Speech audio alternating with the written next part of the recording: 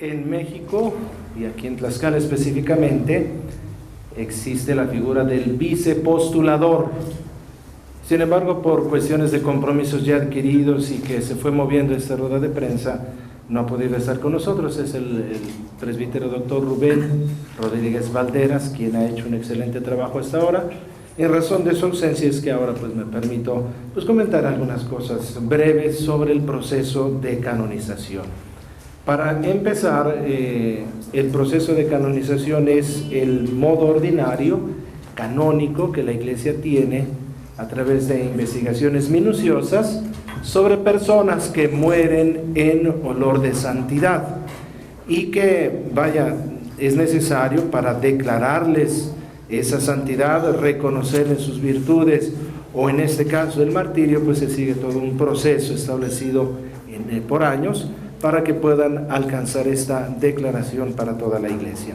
Entonces, ¿cómo se inicia aquí el proceso? El primer obispo de Tlaxcala, Monseñor Luis Munive y Escobar, de feliz memoria, tenía la inquietud de encontrar algún modelo, estaba buscando modelos para la adolescencia y juventud de su tiempo.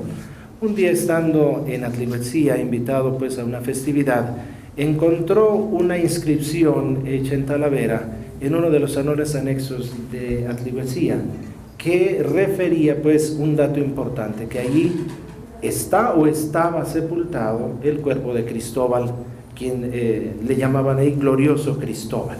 Entonces esto le llamó la atención y empezó pues a investigar de qué se trataba, porque era lo que él estaba buscando, y fue como empezó a salir a la luz nuevamente la historia de los niños mártires de Tlaxcala, Cristóbal, Antonio y Juan.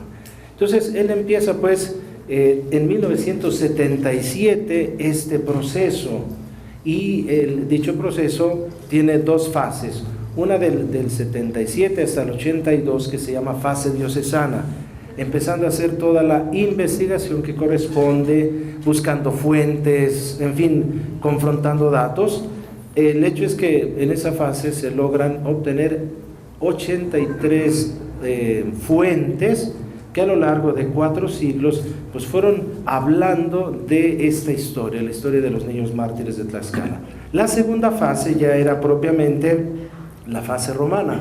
Desde el 82 hasta el 90 se abre ese ya proceso en Roma, y entonces se siguen ratificando datos. Fijémonos en los años, realmente se lleva años y años hasta que se llega el 6 de mayo de 1990, que fue su beatificación en la insigne y nacional Basílica de Guadalupe, junto con San Juan Diego y San José María de Llano y Parres. Esta causa se retrasó un poquito, y hay dos modos en el que se procede dentro del proceso canónico, de canonización, hay dos modos: lo que se llama vía del martirio y vía de virtudes heroicas.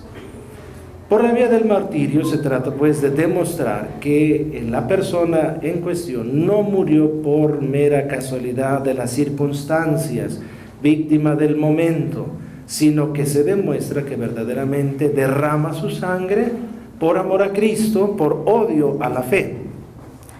En cambio, en la vía de virtudes se tiene que investigar minuciosamente cómo es que la persona vivió en grado heroico distintas virtudes que le hacen ver realmente y vivir una vida santa. Ejemplos de esta vía recientes pues está San Juan Pablo II, que realmente hasta donde se sabe, al menos fueron 800 personas a las que se les interrogó y que dieron testimonio de las virtudes heroicas de San Juan Pablo II. El primer paso ya en la declaración de la Iglesia es el de ser beatos. La diferencia entre un beato y un santo es que el reconocimiento de santidad y la apuesta para su veneración solo se da o para una determinada región o un determinado grupo de católicos cristianos. Entonces, en el caso de Cristóbal, Antonio y Juan, la beatificación queda pues para que sean venerados principalmente en Tlaxcala y en distintas regiones de México, si así se requiere. Si así se va fomentando la devoción, si se va difundiendo su historia. Cuando son declarados santos, entonces ya su ejemplo de vida santa es para toda la iglesia, ya no para una determinada región. Digamos que esa es la diferencia. Son santos, solo que el beato es venerado, no adorado, ojo con esto, no adorado en una determinada región, y el santo ya es para ser venerado y tenido como ejemplo en toda la iglesia. Volviendo entonces al proceso, los niños mártires de Tlaxcala son declarados beatos por vía del martirio. Se demuestra en efecto con documentos históricos que en verdad, además de que existieron, su historia fue real y murieron mártires por la fe. El testimonio de este video pues nos da la idea de cómo fue todo ese proceso. La culminación en ambos casos, tanto por vía del martirio como vía de virtudes heroicas, es a través de un milagro. Juan Pablo II, claro que se demostró uno, y había otros tantos milagros por los que alcanza la declaración de ser santo. Para los niños mártires, el Papa Francisco hizo una excepción, porque hay dos cosas. Primero, la vía del martirio, y segundo, que recibieron en la Santa Sede innumerables testimonios. Estamos hablando aproximadamente de unos 1700 agradecimientos y peticiones que más o menos en todo el tiempo de su beatificación pues fue la gente anotando en un pequeño cuaderno, en un libro propiamente. Pedían, daban gracias por favores recibidos. Se presentaron también 13 curaciones ocurridas entre los años 2003 y 2016 que se consideran extraordinarias, que no tenían una explicación médica. Sin embargo, ninguna de ellas fue considerada por el equipo de expertos para analizar los casos. Y ya lo había hecho antes el Papa Francisco con San Juan 23, que dado los años y la cantidad de gente que acudía a él para venerarle y suplicarle, pues le dispensa el milagro. Así ocurrió con los niños mártires. El Papa Francisco dispensa la cuestión del milagro, no porque no se haya hecho, sino los favores que se tenían, que se presentaron, eran muy válidos. Sin embargo, el Papa, por expresión en cierta ocasión, yo pude escucharlo, diciéndole a Monseñor Francisco, el prefecto de la Congregación de Causa de los Santos, que el Papa Francisco estaba especialmente interesado en esta causa, dado que se trataba de los primeros santos de América y por lo tanto protomártires para América. Entonces eso hizo que se agilizara un poco más, que se diera pues toda la, no hablemos de facilidad, sino que se agilizara todo el proceso. De 2015 hasta marzo de 2016 vuelve a hacerse la investigación histórica, basados ya en la documentación que se tenía de la beatificación, se corrobora, se ratifica y nuevamente se presenta pues como una especie de tesis, trabajo muy bien hecho, con el que se prueba una vez más que en efecto el martirio ha sido la vía de santidad de estos tres niños. Y bueno, pues el 3 de marzo el Papa anuncia que se aprueba su canonización y finalmente en el mes de abril de este mismo año anuncia que la fecha de su canonización será el próximo 15 de octubre. Estamos pues ya a unos días y bueno, pues esta es la gran alegría y a grosso modo un poco lo que se refiere al proceso de canonización. Quizá un poco más adelante, si hubiera alguna pregunta que yo pueda responder, pues con mucho gusto, y ese es un poco el camino, excelencia, estimados medios, que tenemos respecto al proceso de canonización y cómo es que se llega hasta ahora. Un último detalle es que detrás de todo este proceso hay años y años de trabajo, de estudio, personas involucradas, 3 obispos, ya un cuarto que forma parte de todo este proceso. No es obra entonces de una persona o de un pequeño grupo. Es finalmente don de Dios para la Iglesia, que ha querido involucrar a mucha gente en todo este trabajo. Gracias, Padre Francisco. Su excelencia.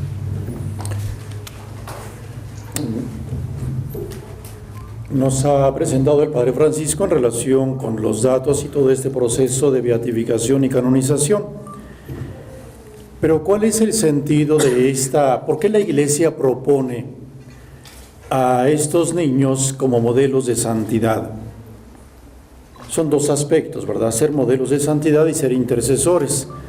Y entonces nos podemos preguntar, ¿dónde está este aspecto en donde nuestra niñez, nuestra juventud puede encontrar en los niños mártires una luz para su vida?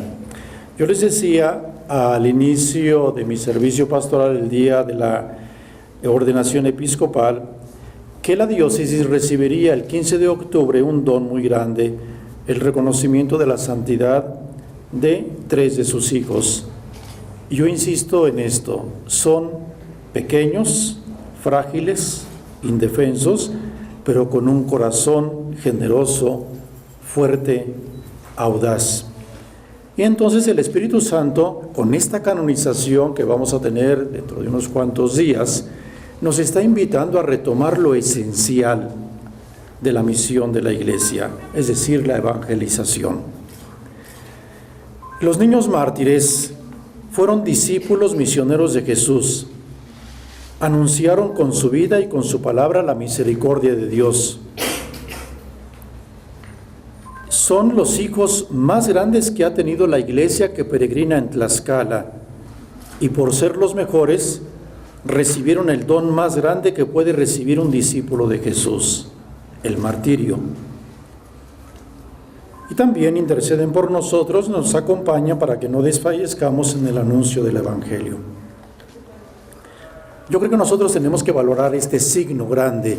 Qué hermoso signo nos da el Espíritu a nuestra iglesia que peregrina en Tlaxcala. ¿Por qué? Porque con ellos podemos impulsar más la pastoral de la misericordia. También he insistido que la diócesis tendrá un antes y un después de la canonización.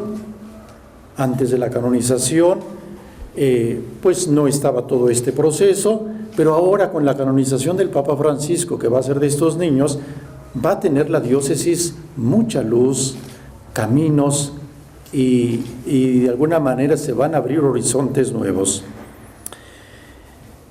¿Cuáles son algunos aspectos en donde nosotros podemos ver la actualidad del mensaje de los niños mártires?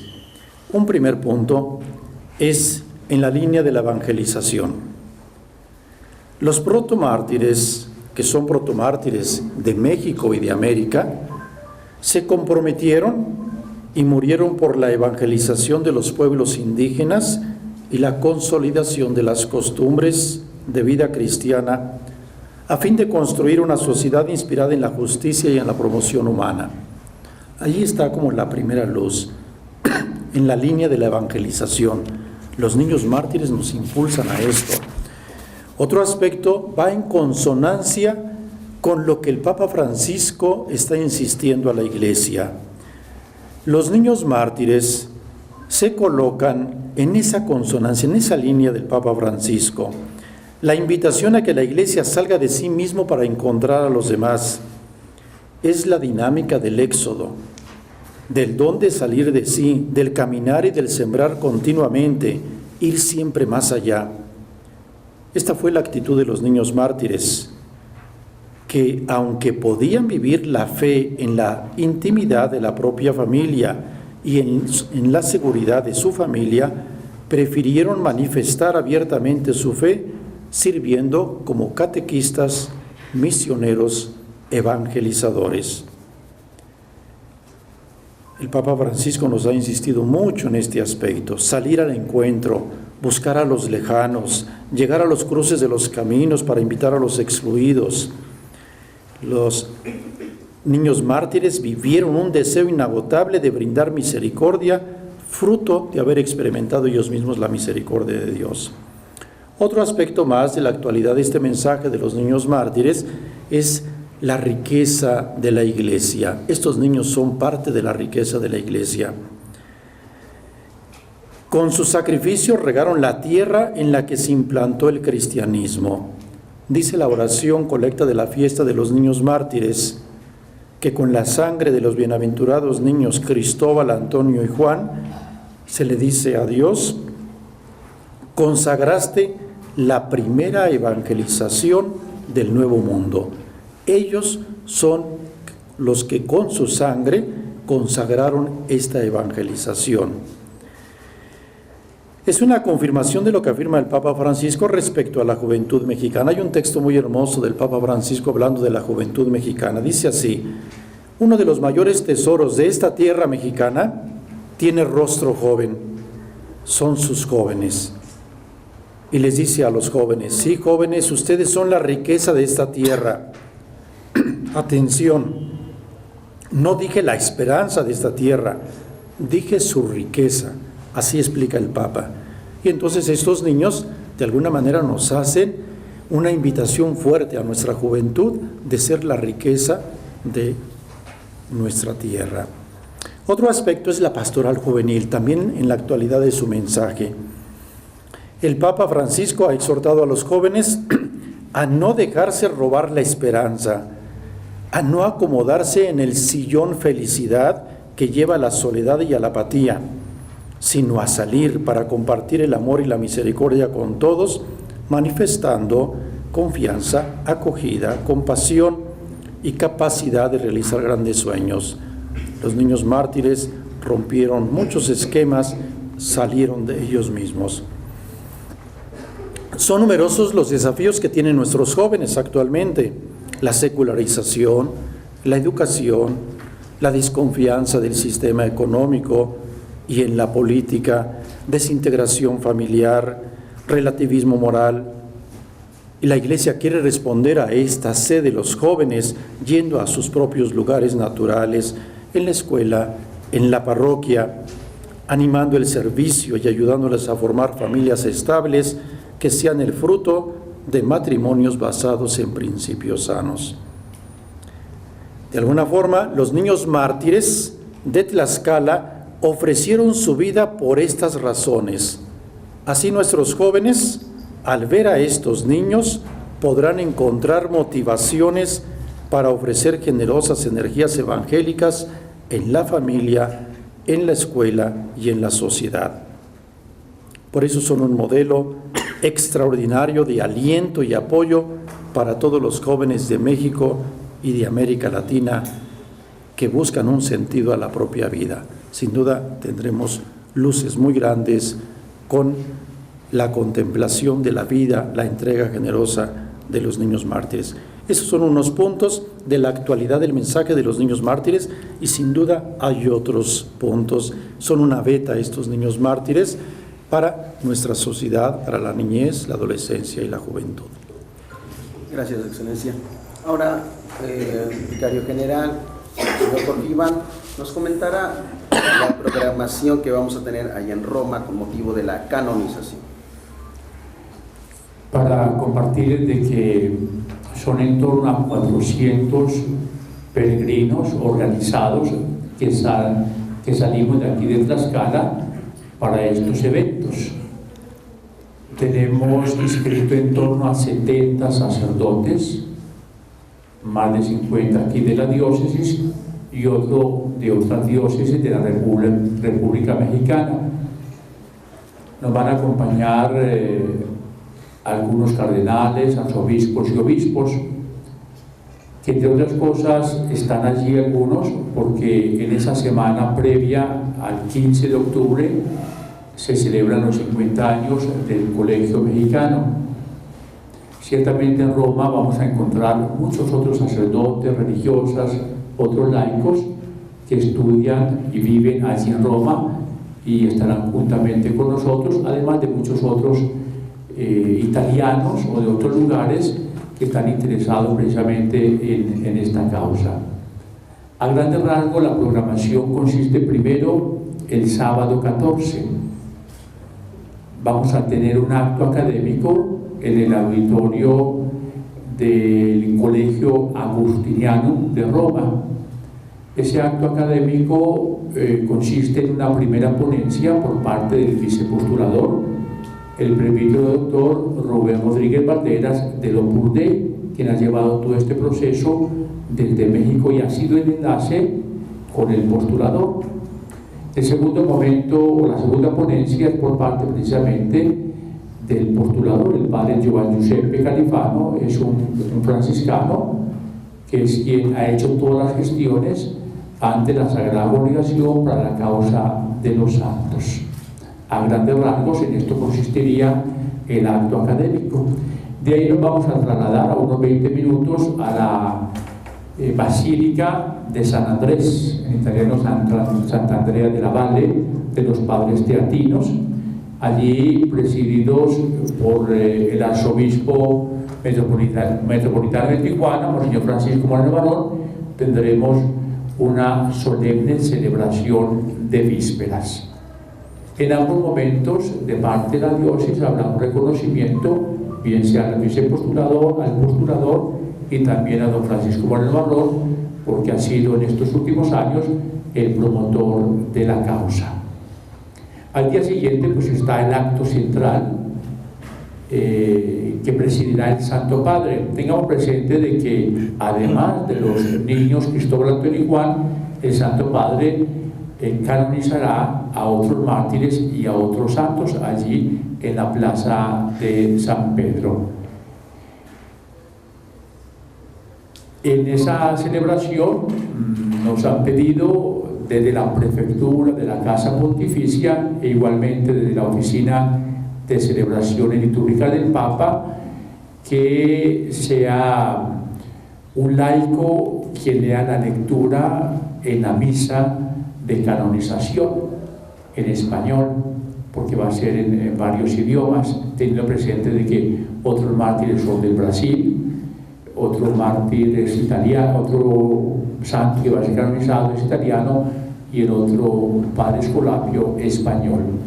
También se nos ha pedido en la misa de canonización que 3 niños caracterizados de niños mártires sean quienes presenten las ofrendas del pan y del vino.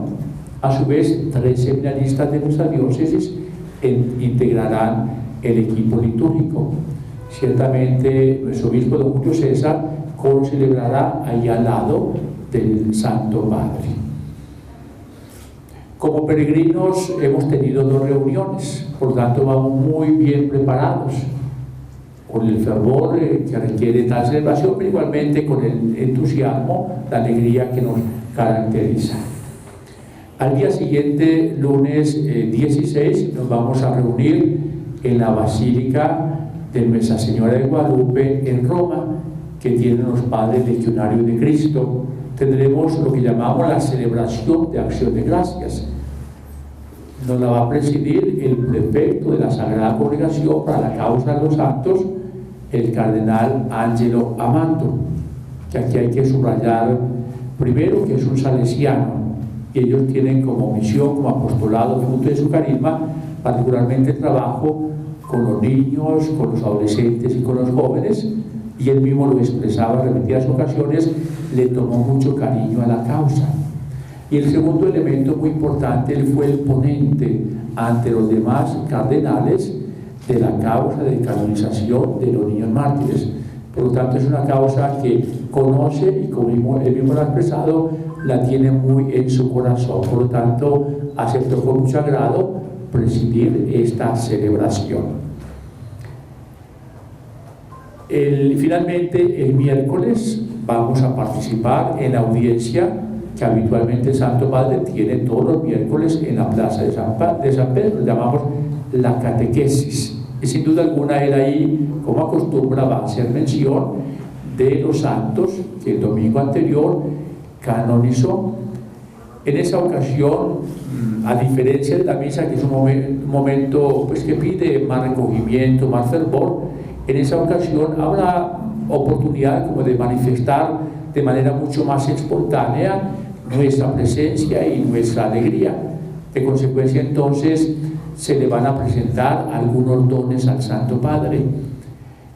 Uno de ellos va a ser una escultura en miniatura, de una escultura efectivamente que se está elaborando y que esperamos en fecha a definir se pueda develar aquí en Tlaxcala.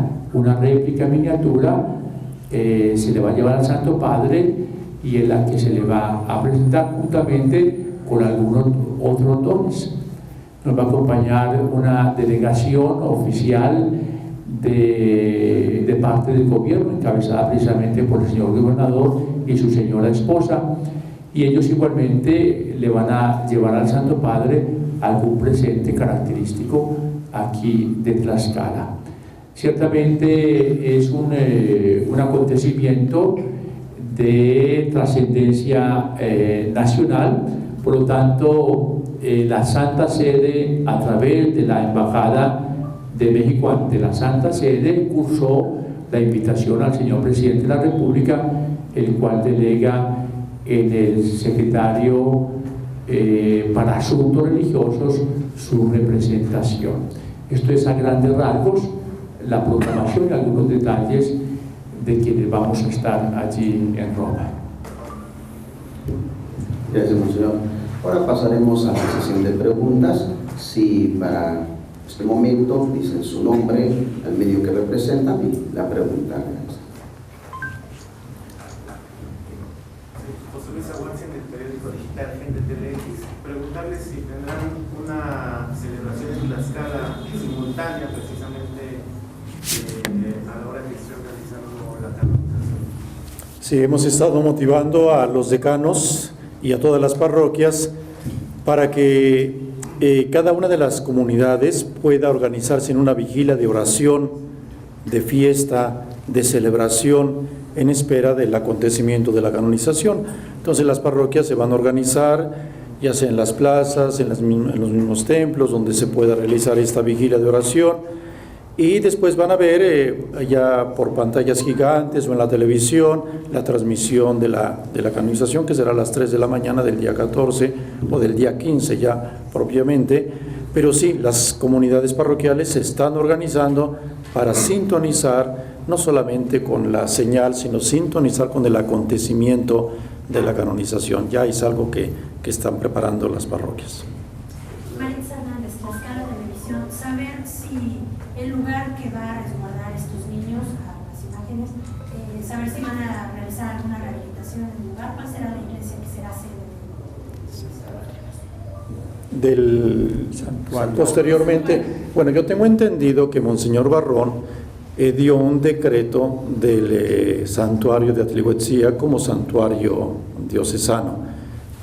Llevo un mes y entonces apenas me estoy dando cuenta de todas estas situaciones. Está el decreto donde Monseñor dijo, este es el santuario. Es cosa de ir viendo a través del tiempo qué es lo que habría que organizar, cómo responder a esta situación, ¿verdad? Por lo pronto está ahí. Es un santuario que está simplemente como proyecto, ¿verdad? Porque pues en realidad está nada más el santuario o el templo antiguo. Ya tendremos que valorar esa situación. Entonces, ¿podría cambiar el santuario? No te sabría responder, ¿verdad? Es cosa de valorar las cosas. ¿Qué es lo que motivó a Monseñor a decretar que se fuera el santuario? Eso es lo que tenemos que estudiar, darle tiempo al tiempo, ¿verdad? Yo pregunto precisamente sobre ese tema porque estaba hasta cierta fecha claro que era el santuario, precisamente el ex convento de Atlihuetzía. ¿Por qué de pronto surgió toda esta controversia respecto de si se va a edificar en Izatlán, si se va a cambiar la sede? Nada más podría precisar si sigue el santuario y por qué de pronto se habló de Atlihuetzía. Yo tengo entendido que en otros lugares lo que quieren es ofrecer, también nosotros queremos aquí ofrecer lugar, ofrecer unos terrenos. Por si se quiere hacer también aquí el santuario, nosotros estamos en buena disposición. Yo he encontrado muy buena disposición ahora que estoy visitando las comunidades con esta apertura para los niños mártires, y entonces yo veo esa actitud como una actitud de generosidad, de decir, si es necesario, aquí está. Tenemos estas hectáreas, podemos ofrecer esto, esperamos que nos den una respuesta. No es que se haya dicho, ya no va a ser aquí, ya va a ser acá, no, en ningún momento, simplemente lo que estamos haciendo es escuchar, y bueno, pues hay esos ofrecimientos que tenemos que valorar a su debido tiempo. ¿De qué lugares A ver. Sí, acá y luego para. Saber de qué lugares han sido estos ofrecimientos. Ahorita lo que me han hecho es de Tizatlán. Fui yo a celebrar una Eucaristía y entonces ahí me presentaron pues como un pequeño planito de decir esto puede ser, aquí está, ¿verdad? Lo ofrecemos con gusto y punto, ¿verdad? Muy bien, bueno, de Imagen, para preguntarle, insistir un poquito en esta pregunta, ¿dónde entonces será la sede alterna? Me imagino que en el Vaticano les van a dar un cuadro, no sé, alguna escultura. ¿Dónde las van a colocar? No, el Vaticano no nos da ninguna escultura ni nada. Lo que se hace es develar la imagen oficial de los niños mártires, porque siempre que se hace una canonización, se devela en la fachada de la Basílica de San Pedro las imágenes de los que han sido canonizados. y entonces lo que se hace, nosotros mandamos esa imagen oficial y lo que se hace es develarla, pero no es que ellos nos vayan a dar y después a ver qué. Pero entonces toda la gente podrá venir y visitarlos. Lo que se ha hecho durante todos estos años, ¿verdad? La gente participa del santuario o de Atlihuetzía, o participa también en Tizitlán. Allí hay una capilla de los niños mártires. En la misma catedral, ahí también vamos a poner una imagen de los niños mártires, que se va a develar el día 15, ¿verdad? El día 15 se va a develar con una pintura, pero yo creo que eso nosotros lo tenemos que con el tiempo irlo valorando, ¿verdad? ¿Cuál sería como el centro o cuáles serían los centros donde puede ser lugares de culto? Ya que menciona lo de la imagen oficial, ¿cuál será la que tienen detrás de ustedes? ¿Cuál será la imagen oficial? Sí, exactamente, esa es la imagen oficial que se mandó al Vaticano. Hasta este momento ya escasos 12, 13 días para la canonización. La diócesis se considera ya lista, preparada, ya con los requisitos se hablaba de la oración que se debe conocer, del himno, de la imagen. Está la diócesis ya lista, ya nada más para que el grupo que encabece este evento se dirija a Roma. Sí, ya esto ha venido la preparación con muchos meses de anticipación, ¿verdad? Si el decreto se dio en marzo, desde marzo se ha venido preparando todo este proceso de canonización. No es algo sencillo que se pueda improvisar y decir, pues ahora vamos a hacer esto, aquello. No, se ha venido trabajando en coordinación con la Casa Pontificia y ya en la ceremonia de canonización ya es un hecho que se va a realizar de acuerdo al trabajo que también se ha venido haciendo desde acá. Como Monseñor Jorge Iván decía, se nos ha pedido esta colaboración en la misa, en fin, en varios aspectos, pero ya, gracias a Dios, estamos listos. Donde yo he más querido insistir, sobre todo en esa preparación, en la preparación espiritual de las comunidades y parroquias. No solamente es una preparación de un evento externo, sino ante todo que nosotros como diócesis sepamos acoger este don. A veces yo percibo como que no alcanzamos a valorar este gran don que tenemos de la canonización de 3 niños mártires, y es lo que hemos estado insistiendo actualmente, que recibamos ese don porque los tendremos como intercesores y modelos en nuestra vida. Además de Atlihuetzía, ¿tienen algunas otras sedes en donde la feligresía podrá observar el evento? En todas las parroquias, los párrocos se están organizando para vivir este acontecimiento de todas las parroquias, ¿verdad? Están en algunos lados, están contratando pantallas gigantes para que la gente pueda ver la celebración. Lo puede uno ver desde su casa muy tranquilamente, pero aquí ante todo es un acontecimiento eclesial de comunidad, y entonces vivir como comunidad y acoger el don como comunidad. Eso es lo que se está haciendo en cada una de las parroquias, con plena libertad de poder organizarse como ellos crean más conveniente. Rubén Hernández de Guadalupe, Tlaxcala. Posterior al evento en el Vaticano, ¿habrá algún evento especial aquí en la diócesis de Tlaxcala? Sí, ustedes recuerdan, hemos trasladado la fiesta diocesana de los niños mártires a noviembre. Queremos dar gracias a Dios por este acontecimiento de la canonización, de la misa. Y entonces vamos a invitar a los obispos. De hecho, ellos tienen tenemos una semana de conferencia episcopal, y al término de la semana de la conferencia se les invita aquí para que puedan participar en la misa de acción de gracias. La fiesta diocesana todos los años, según tengo entendido, se ha realizado en Atlihuetzía, y entonces ahí va a ser toda esa fiesta diocesana. 18. Enrique Gas de la Radio Universidad. Con la situación de los riesgos por el sismo, hay daños en algunas parroquias, en algunos templos. En este sentido, ¿esto no será problema para la celebración? De hecho, se ha venido celebrando en estos días, ¿no? En estos domingos y todo, los templos que tienen riesgo se está celebrando afuera. No se está entrando a los templos donde se nos ha dicho que no se puede entrar. Entonces estamos siendo muy cuidadosos en ese aspecto. Pues aquí lo ven aquí inmediatamente, ¿verdad? En San José. Entonces, no, las celebraciones siguen. Los domingos se ha hecho las celebraciones en los atrios o en sedes alternas. Ayer precisamente fui a una comunidad, antier, donde fue a una capilla donde está Zacatelco, se llama la comunidad. ¿Será Xochicalco, señor? Es que todavía no me aprendo los nombres, ¿eh? Y es Antier. Xochicalco. No, San Miguel Tenancingo. no. Entonces es una capilla alterna donde la gente tiene que caminar hasta arriba porque ahí está seguro. Y el templo está cerrado porque tiene daños en la torre. Entonces en eso hemos tenido mucho cuidado, ¿verdad? Hablando precisamente del sismo, se cuantificó en su momento 116 templos religiosos. Saber si ya tienen un balance por parte de INA, si ya a lo mejor tienen conocimiento de cómo afrontar estos gastos, hacer frente a las reparaciones de las iglesias.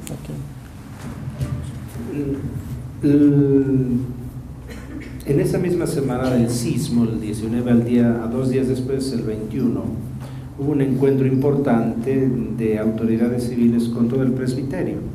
Y hablamos de la Secretaría de Gobierno, Protección Civil, Seguridad Estatal y Delegación Federal del INA. Entonces expusieron cuál era un poquito el camino a seguir. Nos adelantaban un poco que iba a ser un proceso lento. Sin embargo, cada párroco donde los templos resultaron más dañados está haciendo lo correspondiente, lo que esté a su alcance, empezar a adelantar trabajos, empezar a hacer ya colectas, en fin. Entonces el trabajo se va haciendo. Entendemos que ahorita estos primeros días al gobierno del estado le ha ocupado más, yo no justifico nada, simplemente que le ha ocupado más los espacios públicos, escuelas, hospitales y demás que resultaron dañados, porque era necesario pues para el regreso a clases y la atención a los enfermos. Terminando esto, de hecho, creo que en esta misma semana buscaremos ya el acercamiento para poder decir, bueno, entonces ahora sí, respecto a los templos, ¿qué pasos vamos a dar? Muchos párrocos están contratando a empresas privadas para dictámenes, pues eso es adelantar. Entonces ya después será coordinar con las correspondientes instancias para eso, pero efectivamente no es algo que esté en el abandono. Sí es cierto que se ha pedido, por ejemplo, lo vemos aquí en el caso cercano, San José, no se ha movido ni una piedrita de la que cayó. ¿Cuándo van a mover eso?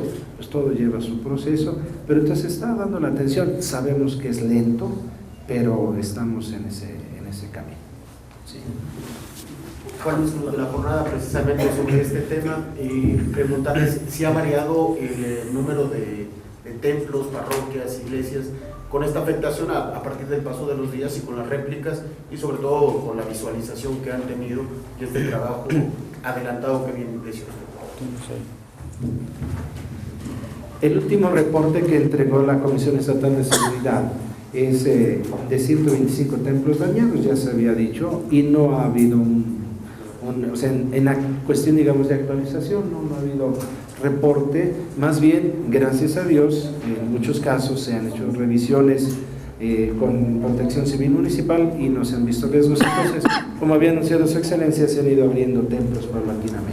Al principio era la mayoría cerrados, de hecho todos se han ido abriendo, pero sí los más dañados. ¿Cuántos se mantienen cerrados?